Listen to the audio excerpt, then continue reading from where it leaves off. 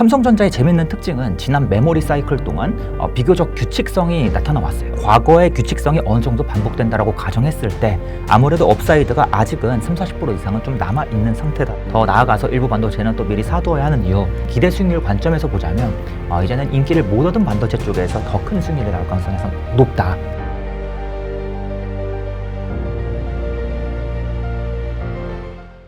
행보 반갑습니다. 오늘은 우황재 대표님 모셨습니다. 대표님 반갑습니다. 안녕하세요. 반갑습니다, 시청자 여러분. 첫 번째로는 제가 딱 우황재 대표님 하면 가장 첫 번째 떠오르는 게 삼성전자거든요.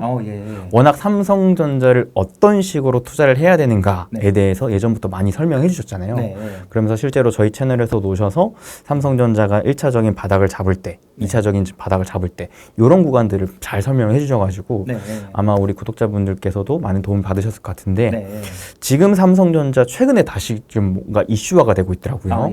바로 촬영 일자 기준 어제였죠? 하루에 또 4% 가까운 상승을 보여주는 만큼 삼성전자에 다시 한번 또 기회가 오는 게 아닌가라는 생각도 들지만 지금까지는 냉정하게 HBM 쪽에서 하이닉스 비교했을 때 많이 밀리고 있다는 건 사실이죠. 그러니까 뭔가 이슈적으로 봤을 때는 분명 엄청난 위기인 것 같은데 또 주가는 계속 차근차근 오르다 보니까 이게 삼성전자에 대한 전망을 어떻게 봐야 되는 건가에 대해서 좀 궁금하더라고요. 삼성전자의 전망이라고 이제 말씀을 주시면 이제 투자자분들마다 이 전망이라는 단어를 다르게 해석하십니다.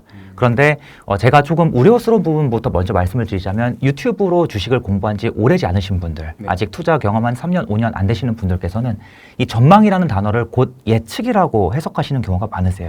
삼성전자를 예측하자, 예측해달라. 그런데 제가 이제 항상 말씀드리는 내용 중 하나가 무엇인가 하면 저희가 투자를 할 때 분명히 예측이 필요한 부분도 있지만 사실 반도체 산업에 투자할 때 거진 예측에 기반한 투자는 굉장히 위험한 투자법이고 매우 성공 가능성이 낮은 투자법이라고 항상 말씀을 드립니다. 예측도 물론 여러 가지 방법이 있겠죠. 예측을 더 자세하게 파고 들어가면 구체적인 숫자를 예측할 수도 있고 방향성을 예측할 수도 있고 여러 가지 또 예측이 있겠지만 특히 무언가 정확한 예측을 자꾸만 하려고 하는 것은 매우 위험한 투자 방법이다라고 좀 먼저 전제를 깔고 시작해 보겠습니다. 그래서 저는 항상 강조드리기를 무언가 우리가 정교한 예측, 정확한 예측을 하려고 하기보다는 대략적인 방향성을 항상 고민하면서 투자하자. 또는 방향성 고민조차 어려운 경우에는 현재의 위치를 파악하려고 하자. 예를 들어서 저희가 등산을 갑니다. 산을 오르는데 이 산의 높이가 정확히 몇 미터인지를 아는 것이 중요한 것이 아니라 내가 지금 산 대략 중턱에 와 있는지 대략 한 3분의 1 지점에 와 있는지 이 정도만 파악을 해도 내가 얼마나 힘을 분배할지 감이 잡힌다라는 것이죠. 그래서 저는 항상 지금의 위치를 굉장히 중요하게 생각하고 이러한 투자법을 항상 계속해서 말씀드리는 그런 편입니다. 아무튼 제가 지난 15년 동안 수많은 데이터를 이용해서 검증하고 또 경험도 쌓고 또 주변 분들의 많은 성공 실패 사례도 누적해서 드리는 말씀인데요. 자, 결론적으로 그래서 말씀드리자면 현재 삼성전자의 주가 위치부터 한번 좀 설명을 해보겠습니다. 삼성전자의 주가가 앞으로 정확히 몇 프로 오르고 나서 이 하락 사이클로 전환될지 앞으로 얼마나 오랫동안 오를 수 있을지 정확하게 예측하는 것은 당연히 불가능합니다. 하지만 현재까지 대략적인 위치를 좀 파악해보자면 삼성전자의 재밌는 특징은 지난 메모리 사이클 동안 비교적 규칙성이 나타나 왔어요. 어떤 규칙성이? 주가가 이 상승과 하락을 반복하면서 상승 사이클과 하락 사이클을 반복해서 나타내 왔는데 그 와중에 상승과 하락을 반복하는 과정에서 이 밸류에이션 지표가 특정한 이 구간에서 형성되는 경향이 강했습니다. 그런데 이 규칙성이 앞으로도 꼭 정확하게 똑같으리란 보장은 없지만 대략적으로 얼추 비슷하게는 반복될 가능성이 매우 높습니다. 그 이유가 무엇인가 하면 반도체 산업의 구조적인 특징 때문입니다. 공급이 매우 타이트하고 3, 4 과점 체제가 이루어져 있고 이러한 특징들 때문에 전방산업도 꾸준히 성장하고 그러한 관점에서 봤을 때 현재 지금 이 주가 위치가 어느 정도 수준인가를 살펴보면 지난 메모리 사이클과 비교해서 대략 한 중반 정도 구간에 와 있다. 그래서 대략적으로 과거에 PBR 1에서 2 사이에서 주가가 움직였다고 하면 현재는 1.5 수준이다라고 좀 말씀을 드려볼 수 있겠는데요. 한 가지 좀 더 재미있는 사항을 말씀드리자면 지금 현 시점에서는 밸류에이션 지표 1.5라고 보일지 모르지만 또 한 가지 중요한 특징은 반도체 본격적인 상승 사이클이 오게 되면 기업들이 많은 돈을 벌어들이죠. 특히 삼성전자와 SK하이닉스는 고정비 비중이 굉장히 높은 기업이기 때문에 한 번 상승 사이클이 오게 되면은 이 영업이익이 급격하게 증가하고 영업이익률이 한 자릿수에서 전 세계 최고 수준의 이익률로 하이닉스 같은 경우에는 지난 메모리 사이클 때 전 세계 기업들 통틀어서 영업이익률이 가장 높은 그러한 기록을 했던 기업이기도 합니다. 사이클 기업들 중에서요. 아무튼 그처럼 영업이익률이 한순간에 막 30, 40%, 50%대까지도 가는 특징을 가지고 있죠. 그러다 보면 어떤 일이 생기냐면 기업들이 돈을 벌게 되고 이 돈을 자본에 누적시키게 되죠. 그럼 자본이 증가하게 됩니다. 그로 인해서 어떤 이슈가 벌어지는가? 이 밸류에이션 지표가 추가적으로 낮아지는 효과가 생기고요. 이로 인해서 그러면 삼성전자의 주가가 지금 1과 2 대략 한 중간쯤 있네라고 생각을 하실지 모르지만 실제로 상승 사이클이 오게 되면 이 자본의 추가적인 증가가 일어나고 PBR의 추가적인 하락이 일어나기 때문에 지금 실질적인 위치는 아직 중간 이하 구간이다라고 보는 게 좀 맞겠다라고 말씀을 드려보겠습니다. 위치만 보면 과거의 규칙성이 어느 정도 반복된다라고 가정했을 때 아무래도 업사이드가 아직은 30, 40% 이상은 좀 남아있는 상태다라고 보는 것이 맞겠고, 그러면은 언제 삼성전자의 주가가 30, 40%가 오를 것이냐? 꼭 내일 당장, 내일 하루아침에 당장 오른다는 뜻은 아닙니다. 이 사이클이 꾸준히 우상향 가면서 가는 과정에서 스물스물 올라가게 되는 것이죠. 아무튼 그러한 우리는 방향성을 좀 바라보고 투자를 하는 것이 바람직하겠다라고 좀 의견을 드려보겠습니다. 이 반도체는 특히나 좀 사이클이 현재 어느 시점에 있는가에 대한 방향성을 보는 게 또 중요한 것 같거든요. 예, 맞습니다. 그러면 대표님께서 보실 때 지금의 반도체는 어느 정도 시점에 와 있다라고 생각하세요? 지금 이번 사이클은 조금 지난 사이클보다 약간 더 어렵다라고 말씀을 드리는데요. 엄밀히 말씀드리자면 반도체의 큰 이 상승 사이클과 하락 사이클이 반복이 되지 않습니까? 네네. 그런데 지금까지의 사이클을 조금 더 구체적으로 현미경 들여다보면은 이 사이클이 항상 오르락 내리락 움직이는 것 같지만 더 구체적인 영역에서는 반도체 종류별로 조금 더 사이클이 나뉘는 경향이 있습니다. 그래서 뭐 디램 사이클, 랜드 사이클이 조금씩 차이가 나고 또 메모리 사이클, 비메모리 사이클이 차이가 나고 또 뭐 차량용 반도체 같은 영역에서도 또 차이가 나고 그런 움직임이 나타나는데요. 그런데 이번 사이클 같은 경우에는 특히 인공지능용 반도체 요 반도체들이 먼저 쭉쭉 올라갔다는 그 특수성으로 인해서 인공지능 반도체 같은 경우는 이미 사이클의 한 초중반을 지나가는 모습이 찍히는 데 반해서 여전히 초반의 모습이 이제 막 나타나기 시작하는 그러한 반도체들이 여전히 많이 있습니다. 즉 반도체 종류별로 편차가 좀 더 커졌다라고 말씀을 드릴 수 있는 것이죠. 그래서 종합적으로 생각해 봤을 때 최근에 뭐 주가가 많이 오른 녀석들 많이 있다는 거 아실 겁니다. 그런데 특히 인공지능 쪽과 관련된 주가가 많이 오른 반도체들은 대체적으로 이미 초반 중반 구간을 지나가는 반도체 기업들이 많이 보이는 데 반해서 아직은 본격적인 수요 사이클이 나타나지 않는 반도체들, 대표적으로 뭐 뒤에서 말씀드릴 낸드 플래시, 뭐 SSD에 쓰이는 반도체, 아니면은 뭐 최악의 경우에는 디스플레이용 반도체나 뭐 차량용 반도체 같은 경우는 상승 사이클에 초입조차 오지 못했다라고 좀 말씀을 드려볼 수 있겠습니다. 그래서 종류마다 조금씩 편차가 있다라고 말씀을 드릴 수 있겠습니다. 네, 지금 이 상황 때문에 더더욱 많은 분들께서 반도체 투자를 어려워하시는 것 같은 게 딱 작년 본격적으로 하반기부터 이게 좀 시작이 됐다라고 보여지는데 AI를 중심으로 한 HBM 수요가 워낙 급증하다 보니까 다른 애들 수요는 우리가 일반적으로 레거시 반도체라고 부르는 얘들은 수요가 확실하게 살아나지 않아서 주가는 다 바닥에 위치해 있는데 이 AI, 특히나 HBM 관련된 애들은 주가가 미친 듯이 올라가니까 그야말로 이제 포모가 온 거죠. 맞습니다. 반도체가 좋아가지고 바닥에 있는 거 사놨는데 내 건 안 오르고 쟤네만 다 오르냐. 내 건 도대체 언제 오르냐. 그러니까 이런 흐름 자체가 지금 이 사이클이 다 부분적으로 다르게 나오고 있기 때문이라는 거죠. 맞습니다. 이 제품 종류별로 편차가 좀 큰 그러한 사이클이라고 볼 수 있겠고요. 사실 엄밀히 말씀드리자면 지난 사이클, 지지난 사이클, 그다음 그 전 사이클 때에도 제품별 편차는 항상 존재했습니다. 그리고 편차가 크던 시절도 있었습니다. 가령 지난번 사이클 때는 모바일 디램을 중심으로 먼저 이 수요가 빠르게 찾아왔었고요. 그 당시에는 삼성전자 주가가 6개월 정도 먼저 오르는데 하이닉스 주가는 많이 오르지 못하고 그런 모습이 만들어졌었거든요. 그리고 그 전 사이클 때는 이 낸드 플래시 중에서도 3D 낸드 플래시가 빠르게 도입되면서 요 3D 낸드 플래시 관련 기업들이 먼저 쭉 오르는 반면에 디램 기업들은 한참 뒤에서 뒤따라오는 그런 모습이 만들어졌었거든요. 그런데 이처럼 어떤 반도체가 먼저 갈 수는 있더라도 뒤따라가는 반도체들이 항상 있다라는 점을 저희가 꼭 기억해 두면 도움이 될 것 같고요. 그리고 또 한 가지는 보통 반도체 이 사이클이 오는 이 초기 시점에 보통 가장 인기를 얻는 반도체가 그 시기마다 항상 있었습니다. 이번에 인공지능 반도체가 굉장히 뜨거웠지만 이번에 인공지능 반도체만 뜨거웠던 것이 절대로 아닙니다. 지난번에는 누가, 그 전에는 누가 항상 다 뜨거운 녀석들이 있었어요. 그런데 그 뜨거운 녀석들이 먼저 가장 빠르게 쭉쭉쭉 주가가 오르긴 하는데요. 어느 순간 이들 주가가 너무 빠르게 올랐다라는 것이 이야기가 나오기 시작하면 한 차례 크게 조정을 받을 가능성이 높겠죠. 실제로 과거 양상 조정을 받았고요. 물론 이 조정이 나온다 그래서 끝은 아닙니다. 이후에도 이들 기업의 주가가 당연히 더 오르는 경향은 나타나 왔지만 중요한 점은 이러한 큰 조정이 나타나면 어떠한 모습이 또 관찰되었는가. 가장 인기를 얻었던 반도체뿐만 아니라 이제는 다른 반도체로 점점점 인기가 확산되는 또는 이 투자 자금이 분산되는 그런 모습이 많이 나타나 왔습니다. 그래서 제가 이 작년 하반기부터 이제 계속해서 말씀드리길, 지금 인공지능 반도체가 가장 뜨겁지만 저희가 다른 반도체도 계속해서 미리 공부해 둬야 하는 이유, 더 나아가서 일부 반도체는 또 미리 사두어야 하는 이유, 그런 내용도 계속 말씀드렸던 이유가 이러한 인기의 분산이 본격화되면 인공지능 반도체도 물론 더 갈 수 있겠지만 지금 이미 사이클의 초중반이 지나가는 요 시점에서는 이제 요 시점부터 이제 상승 사이클이 끝날 때까지 수익률, 기대 수익률이 있을 거 아니겠습니까? 이 기대 수익률 관점에서 보자면 이제는 인기를 못 얻은 반도체 쪽에서 더 큰 수익률이 나올 가능성이 높다. 이는 과거 사이클에서도 마찬가지였다라고 좀 한번 말씀드려 보겠습니다. 그러니까 반도체는 워낙 사이클 산업은 맞는데 중요한 건 그 사이클이 이루어지더라도 그 사이클 때마다의 비슷한 부분도 있고 없는 다른 부분도 있다.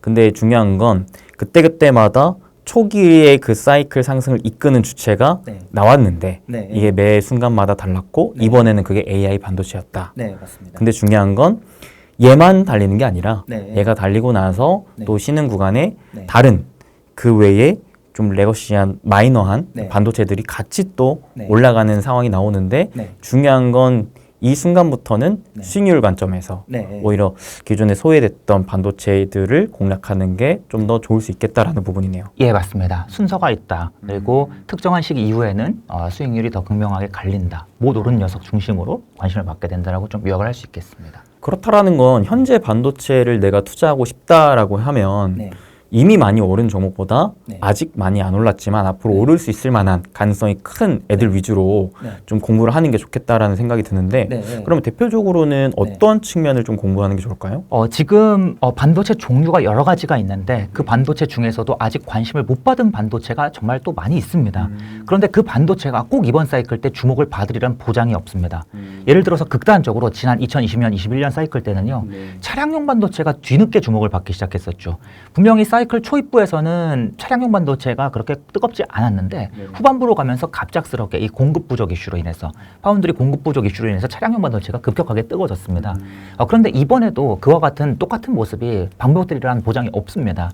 그래서 개인적으로는 결국에 따라가긴 따라갈 건데 좀 확실한 녀석으로는 아무래도 낸드 플래시 밸류체인 쪽이 따라갈 가능성이 매우 높다. 왜 그런가 하면 이 디램이라는 녀석은 낸드 플래시와 반드시 함께 쓸 수밖에 없고 그리고 우리가 알고 있는 수많은 인공지능 서버들이 계속해서 엄청나게 방대한 양의 이 학습을 반복해 왔는데 이제는 이 학습된 내용을 자꾸 끄집어 가야 합니다. 그러니까 예를 들면 저희가 챗 GPT라는 서비스를 이용하기 위해서 챗 GPT가 미리 학습을 쭉 해놓죠. 그리고 이제 저희가 챗 GPT 서버에 접속해서 챗 GPT한테 질문을 던지면 여러 가지 답변을 꺼내오지 않습니까? 그러한 답변을 꺼내는 과정이 이제는 계속해서 늘어날 겁니다. 저희가 스마트폰으로도 답변을 얻을 것이고 컴퓨터로도 답변을 얻을 것이고 이제는 수많은 전자제품에도 인공지능이 탑재되면서 답변을 꺼내가게 될 건데 이러한 시장이 계속해서 커지는 과정에서 당연히 이 용량의 중요성이 매우 커지고 데이터의 저장 중요성이 커지기 때문에 낸드 플래시는 역시나 반드시 따라갈 수밖에 없는 구조입니다. 그래서 이러한 낸드 플래시는 확정적으로 따라가는 녀석이기 때문에 다만 최근 반도체 사이클 때 워낙 낸드 플래시 업체들이 공격적으로 증설을 하는 바람에 특히 삼성전자도 너무 공격적으로 하이닉스도 공격적으로 증설을 했던 바람에 이번에 유난히 공급 과잉이 크게 찾아왔고 특히 삼성과 하이닉스의 이익을 크게 끌어내리는 그런 역할을 했었는데 그럼에도 불구하고 공급을 굉장히 타이트하게 조였기 때문에 그리고 원래는 낸드 플래시 공정을 지으려고 했던 그 공간에 이제는 디램을 채워놓고 있는 상황이기 때문에 낸드 플래시의 이 공급 이슈도 계속해서 부각될 수밖에 없고 따라갈 수밖에 없다라고 계속 강조드리고 있습니다. 그래서 대표님 제가 최근에 또 워낙 작년부터 반도체에 대한 관심이 많아가지고 계속 공부를 해보니까 이번에 발표된 그 4월 수출 데이터에서 좀 특이한 케이스가 나왔던 게 반도체는 계속적으로 수출이 좋아지고 있는 건 알고 있었는데 이 낸드 쪽에서 특히나 이 PC 쪽에서 갑자기 수출 증가가 폭발적으로 늘었더라고요. 그래서 이게 왜 그런가 보니까 기업용 SSD 수요가 폭증했다라는 단어가 있어가지고 SSD면은 낸드인데 이제 본격적으로 낸드 시장도 확대되는 건가? 기업용이면은 이거 결국 또 데이터 센터에서 쓰니까 AI 수혜를 기대할 수 있는 거 아닌가? 이런 생각 좀 가져봤거든요. 맞습니다. 엄밀히 말씀드리자면 인공지능 시장이 지금까지는 계속해서 학습을 하는 데 주목했습니다. 학습을 쉽게 설명드릴게요. 저희가 뭐 고등학교 시절로 돌아가서 수학 공부를 해본다고 하겠습니다. 그러면은 근해 공식 혹시 기억나십니까? 근해 공식 네. 저도 기억이 가물가물한데요. 예, 예. 그 근해 공식이 왜 이렇게 만들어졌는지 막 선생님께서 설명을 해 주시지 않습니까? 그러면은 저희가 그 내용을 굳이 다 받아 적지 않더라도 머리로 계속 이해를 하면서 받아들이지 않습니까? 그렇죠. 그러한 과정이 학습입니다. 그런데 이제는 중요한 게 무엇인가 하면 우리가 학습을 다 했어. 네. 그럼 이제 이걸 써먹어야 될 거 아니겠습니까? 문제 풀어야죠. 문제를 풀어야죠. 그럼 어디서 써먹는가? 수능 시험을 볼 때도 써먹어야 하고요. 그다음에 대학 입시, 뭐 논술 시험을 볼 때도 써먹어야 하고요. 그 외에 여기저기서 뭐 모의고사를 볼 때도 써먹고 여기저기서 계속해서 써먹어야 합니다. 데이터를 내 머릿속에 저장되어 있는 데이터를 응용하고 끄집어가는 과정이 필요한 것이죠. 이 과정이 이제 인공지능 시장으로 따지면 추론이라고 볼 수가 있겠습니다. 그런데 이 과정의 문제가 무엇인가 하면 기존에 학습을 할 때는 네. 단순 작업을 계속 반복하면서 내가 그냥 수많은 데이터를 수집하고 가공하고 수집하고 가공하고 이 작업을 단순하게 반복하면서 네. 무언가 내가 자꾸만 데이터를 얻는 과정이 중요했는데 이제는 이러한 얻은 데이터를 차곡차곡 정리하고 네네. 또 문제가 무엇인가 하면 내가 근해 공식을 외우면 얘를 수능 시험에서만 써먹는 게 아니라 논술 시험장 가서도 써먹고 모의고사 볼 때도 써먹고 또 학원 가서 문제 풀 때도 써먹고 그렇죠. 여기저기서 써먹어야 된다는 것이죠. 그렇죠. 쉽게 얘기하면 챗 GPT 같은 녀석들이 수집한 어떠한 학습한 그 정보를 누구 한 명한테만 던져주는 것이 아니라 여기저기서 이제는 이 학습한 결과물을 가지고 가고 필요로 한다는 것입니다.